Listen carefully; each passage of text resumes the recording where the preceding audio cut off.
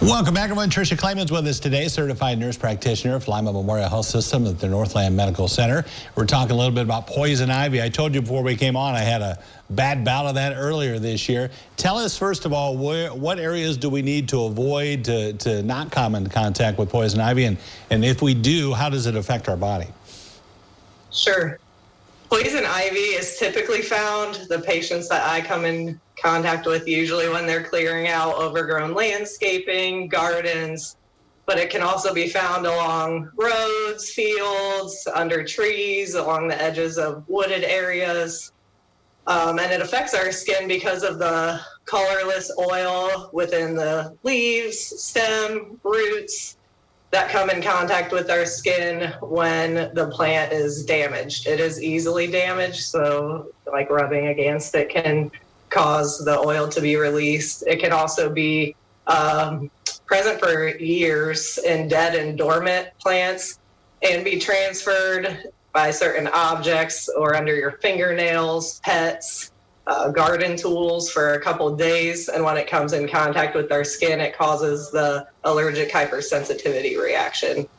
Are there some people, because I'm jealous of these people who will be in the same area as I am and have no problems, are there some people, I don't want to say who are immune to it, but have less of an impact on them?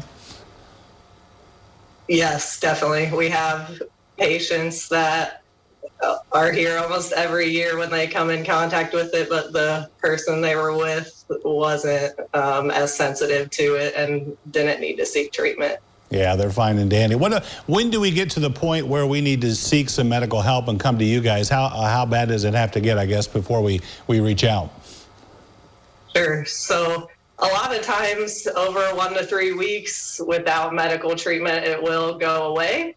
But if you've been trying the cool wet compresses, antihistamines, hydrocortisone, if it's a dry early rash, astringent drying solution such as Burrow solution, and it's not getting better, it's still really bothersome, you definitely should come see us. Also, if it's on your face or your groin or covers a large area of your body, we recommend to come see us. Also, if you are concerned that there's a secondary infection of the rash, bacterial infection, so redness, warmth, pus draining from the rash, we definitely want you to come see us. What kind of treatment then, what are some of the options you can provide them?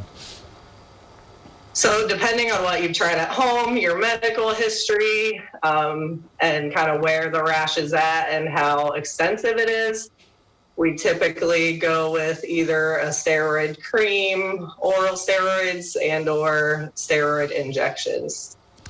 For those, obviously, we want to try, if we can, to avoid the emergency room. They're busy enough with everything else.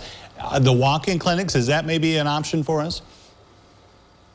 Yes, most of the time, poison ivy does not require emergency care unless it would be severely, severely infected. So please visit us at one of our 8 convenient locations around the area if you experience these symptoms. All right, web address was on the screen. Thank you so much, Trisha. We appreciate it. Thank you. You bet. Nice chatting with you. We'll be back right after this.